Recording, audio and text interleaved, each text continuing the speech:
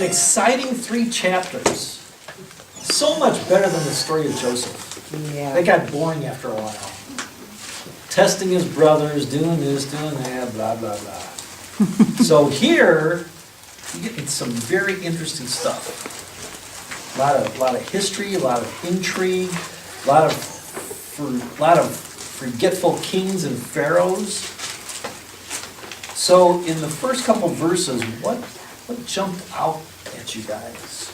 Knowing what we know about numbers in the Bible and everything else. What jumped out? Renaming the sons of Jacob and how many there were. And there were 70. And there were 70. What does 70 mean? Something awesome. No! It means completeness. Oh. So it tells us that Completely awesome.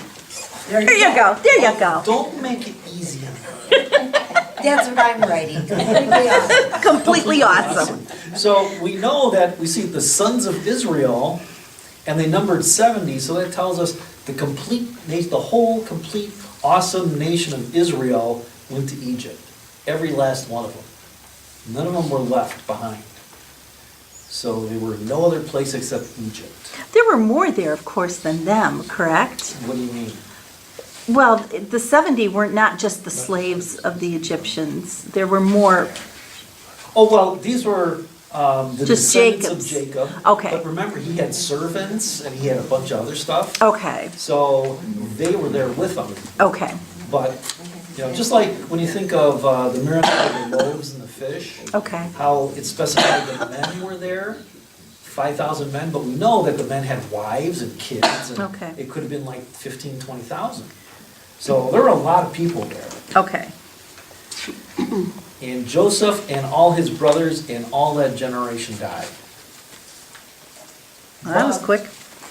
What?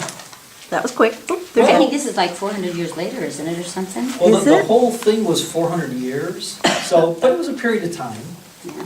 Because you think, it tells us that the king, this king right now doesn't know Joseph. So the Pharaoh that knew Joseph and maybe his sons and daughters, maybe they died too. Because you would think that the story of Joseph would pass down to people because of what he did for Egypt. He not only saved the Hebrews and all the surrounding people, he saved Egypt too, by his plan. Probably had a good recorded history, so if somebody dropped the ball. Yeah, you know the Egyptians had good recorded history, because you see all the hieroglyphics everywhere. Well, and some people, that was just their job, like scribes. and Yep, So exactly. they were good history makers. Yep. And I know they kept good history because in part of my research, I wanted to find out, well, didn't they know that Moses was a Hebrew? Because Hebrews were circumcised. So I wanted to find out, well, were Egyptians circumcised? And they even have a hieroglyphic showing circumcision down in Egypt. So they record everything. Ooh. So They did. Gary's right, somebody They did. dropped the They ball. did? They did. How did they not Yeah. know the history that Joseph had saved? Right. Say what? How did they not know that Joseph had saved Egypt Yeah. during the 7 years of famine? We don't know, maybe since he was a Hebrew, maybe that was erased from history. We have no idea, but. Maybe this Pharaoh was just a nasty Pharaoh. Could be. And didn't like the Hebrews because Right. they were going to outnumber them. Yeah, and So and they maybe- did, they Mhm. did outnumber. The Israelites were very fruitful. Yeah, exactly. That's, God kept his promise. In verse 7, it says, "The Israelites were exceedingly fruitful. They multiplied greatly, increased in numbers, and became so numerous that the land was filled with them." And that's what God said would happen. God told them, he promised Abraham, Isaac, and Jacob that the Israelite nation would be great and big. And it was. Then in verse 8, we hear that a new king to whom Joseph meant nothing came to power in Egypt. So. And that really doesn't make sense because I think they were educated, weren't they, these kings? Oh, yeah. So why he would not know that? They had history class. My He had to only, choose not to. yeah, my only Yeah. guess is that Probably so. history was probably wiped out. that But part. didn't they become See, no, I kings think it's more practically like as our children history. if the Your other grandmother king probably died? I learned mean, how to make some of like- them became kings when they were I wondered if really, it- really young. Like cinnamon So they wouldn't cucumbers. even be expected to And know it just perhaps. got lost. Well, grandma knew how to do it, so your mom didn't have to know how to do it, you know? Yeah. It's like, no, you know, Maybe. mom will do it, mom will do it, mom will do it. On the And so colored then by the time timeline, it it got lists to all you, you the probably never even kings got a doing taste through of it. Yeah. Your grandma was like, Unpronounceable. my mom never learned how to do it, so. Okay, so in one of Gary's handouts, the Exodus timeline, Gary? Mhm. Okay, the Exodus timeline, it lists all the kings. So we can, as we go through the story later on, tomorrow or this weekend, we can compare the first couple chapters to what's on this timeline. Maybe tab this timeline so we can have it all through Exodus, because it looks like a really good timeline. And let's see here. The king gets worried because the Israelites are far too numerous for us. And in verse 10 he says, if war breaks out, they might join our enemies. And there's another handout called Pharaoh's Daughter. In the Pharaoh's Daughter handout, don't read it now because it's pretty long. It explains who that Pharaoh was and why Egypt was in such bad shape at the time.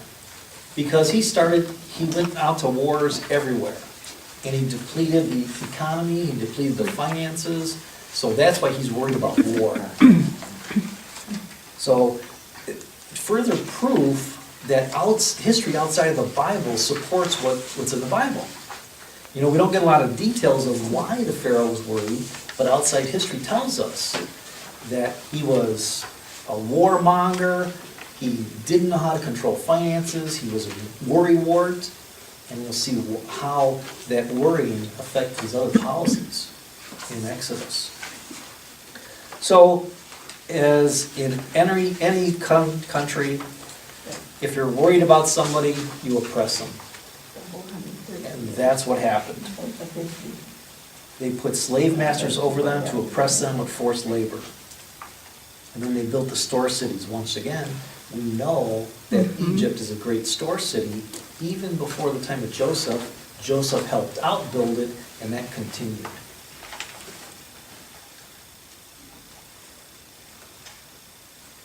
And we'll see, that's 11. They were working hard enough, they still kept reproducing. They did. One commentary said They were that oppressing. usually when you're oppressed, What else you gonna do? you have something to overcome, and then that's when you get stronger. When things are going easy, you get soft, kind of like this country, and things start falling by the wayside. So they thought they were oppressing them, but they just became stronger and more to worry about. Back to the thoughts we had earlier about, history, and this is over a span of 400 years, and we're wondering how things got lost. Look at how our history in this country has been revised and changed and adapted, and we haven't been here 250 years yet. No. Some people don't even believe in the Holocaust. Right. Yeah. So, it's pretty easy to see that when we compare it to our own. Yeah, and you think about Russia, how they rewrote their history. Yes. Yeah, whatever power is the strongest, they make the rules. And now even news now. You don't really get news, you get somebody's opinion and what they want you to think. Crazy times. All right, Exodus verses 8 through 14. Oh yeah, so if you look to the article Pharaoh's Daughter later this weekend, it really clarifies what's happening in verses 8 through 14 and why the Pharaoh made those decisions. Some really good background. Here. So, verse 15. Take a look at verses 15 and 16 and see if you see anything really odd. Yeah. Okay. They have 2 midwives. 2 midwives. What else do we see? If they deliver a boy, they would kill him. Okay, But they feared God. They did not do what the king of Egypt had told them. So, And I thought they were pretty fast thinkers too when you called them in. Yes. They just were right there. those, And you believe it. those Hebrew women, they're giving birth before we even get there. I love Right. it, love it. Yeah, The midwives and were they, to think Hebrew of, too, weren't if they? I were in front of the king, I'd be a little nervous, So- but they did Well, well. midwives were Hebrew, so, If they feared God, they. and if they feared God, they weren't going to follow the Pharaoh. Oh, so they lied to Pharaoh, which is cool. what else do we notice here? Well, I didn't want to do any research on the delivery stool. I think that Oh. Thank you, Gary. Didn't Doesn't know sound about good to that. me either. But what else? What's the biggest thing? Girls were to live, boys were not. Okay, that's kind of different because in some societies, they don't want a lot of girls around because they don't have a lot of value for farming and everything else. It's kind of interesting that they named their names, the midwives. Okay. That, Yeah, Well, that would be. I did some research and unfortunately, their names don't mean anything special. I thought for sure they would have meant something. I think they remembered them because of what they did, though, for the Oh, Hebrews. no doubt. So No that's doubt. why their These- names are saved a lot of mentioned. lives. These women were heroines. They're the only heroes in the first 3 chapters. But I do like the way they said they're not like Egyptian women. They give birth vigorously. I'm like, okay. And, well, because the Egyptian strong women, yeah. they're city women, they're pampered, they probably have thousands of doctors just waiting on them. Those Hebrew women, they gotta be out in the field. Let's go. Let's drop that baby on lunch. So there's got to be more than 2 if they had a population of millions, Yeah. otherwise they'd have been very, very busy. Right, so he just picked these 2 Okay, for now- some reason. But we're talking about names. Pharaoh. There's a very important name change. Pharaoh was killing the future slaves that he'd need. That's a big problem. Oh, I didn't see that. That's a big problem. And in Pharaoh's daughter, as it explains what's going on in the country at the time, he's making stupid decisions because he's so paranoid. The biggest change in this whole thing, notice that they're no longer called Israelites. Oh. They're called Hebrews. Oh. That's the first time this term popped up in the Bible, because before this, they were Israelites, they were a proud nation, they were God's people. Now they're Hebrews. And the term Hebrew in the ancient Near East pertained to any group of marginalized people who had no social standing, no land, and who were endlessly disrupting ordered society. So they looked at the Hebrews as just like you would look at any marginalized group. And this also served to dehumanize the Israelites. And that's what people in power do when they want to make a change. Think of how Hitler dehumanized the Jews in Germany. And it made it easy for the German people to persecute them also. Anytime you see genocide, the same thing. The first step is to dehumanize that group of people, so when they're attacked, people don't think twice, because they're no longer human. Even though they look just like you, they might be slightly different, it doesn't matter. You've taken away their humanity. Even then, 400 years before, Joseph told his sons to say that, or his brothers to say that they were livestock herders and not shepherds. Mhm. So they were cursed way back then. Right, yep. So this is a real big deal, that they're now called Hebrews. So that's not a good thing. That at is time. not a good thing. Think of all the other nasty terms that are out there. Yeah. Okay? Yep, not a nice thing. But in the meantime, you guys picked up on some very good things. Killing the boys, killing future slaves. How stupid is that? You know? Kind of similar to what Herod did. Exactly. And that's the parallel between this and what Herod did.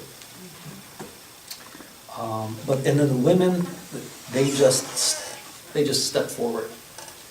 And one of the commentaries says, well, that was a stupid thing for Pharaoh to do, go to the midwives and tell them to kill babies, because their whole job was to bring life forward. Right.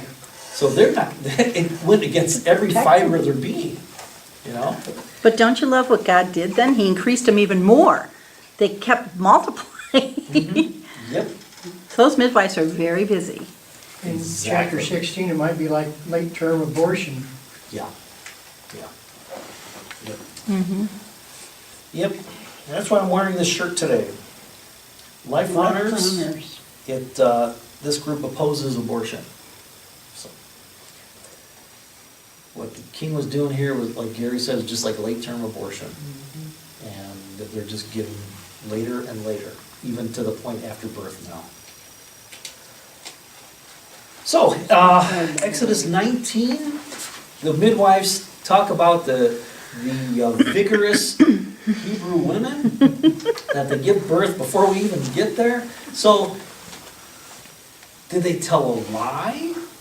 Were they telling the truth about Hebrew women, that Hebrew women are stronger than the urbanized, pampered Egyptian women? Or were they praising God, that God allowed the Hebrew women to give birth so fast? Could be all the above, because God blessed them. We're told, yeah, we're told that, let's see here. Because the midwives feared God, in verse 21, he gave them families of their own. So God blessed them by letting them have families. So no matter what it was, could have been all the above, God says you did the right thing. And I'm going to bless you. Well, and it could have been that there really was just 2 midwives because, well, the Hebrew women didn't need midwives. I mean, Because they were so vigorous. exactly. Yeah. They Yeah. didn't need them, so they only had 2 per women. Yeah, considering there was, I can't remember what one of the commentaries said, how many Hebrews there were at the time, but there probably were more than just 2. It's just that in the Bible, we're usually given what we need to know. So the Nile probably had crocodiles, so if the babies couldn't swim, the crocs got them. And that's another thing. Didn't The think about Nile that. is the river of life. It brings life to everybody there, and it was called the river of life. And here, the king is actually killing in the river of life. So that's another bad decision he made. After the midwives didn't do their job, then he commanded the rest of the Egyptians Right. to throw all the baby boys into the Nile, right? Yep, So how'd they get around that, I wonder? they did. Yeah, that becomes next That's chapter. probably where it really started to go south for the Israelites. If it would make you feel any better, years ago, I was listening to WDLM and I was in the car. And the doctor who had developed that way of sucking the baby out was on. And he was so apologetic. And, I mean, he knew that he just had done the worst thing in the whole world. Yeah. And he had, The doctor that he had actually tried, of course, to proceeded. tell people that wasn't the thing to do. And that's just like the woman who was used in the case of Jane Roe. Jane Roe? No. Roe versus Wade, but I can't remember her first Roe, name. I can't- yeah, Roe. I can't remember. She turned to a Christian afterwards. Yeah. Because she admitted that she wasn't even pregnant at the time. So the whole thing is Yeah. just messed up. So what the Egyptians were doing at this point, they were murdering babies. And there's another article called "The 10 Commandments, Killing and Murder" by a rabbi, which is very good. It explains the difference of the 6th commandment and what it really says not to do. It specifically says in the Hebrew not to murder. It doesn't say anything about pertaining to soldiers. Soldiers in war, they can't kill. It's murder only. So that's what's prohibited by the 6th commandment. I've always wondered about that. Yeah. I mean, being a soldier has got to be the hardest thing in the world. Oh, yeah. How do you justify taking some, I mean, it's the enemy, I get that, but it's still another human being. So that isn't part of our, You're gonna go with one, you're gonna deal with this. really. Yeah. Okay. So kind of amazing how a three-word sentence has so much meaning.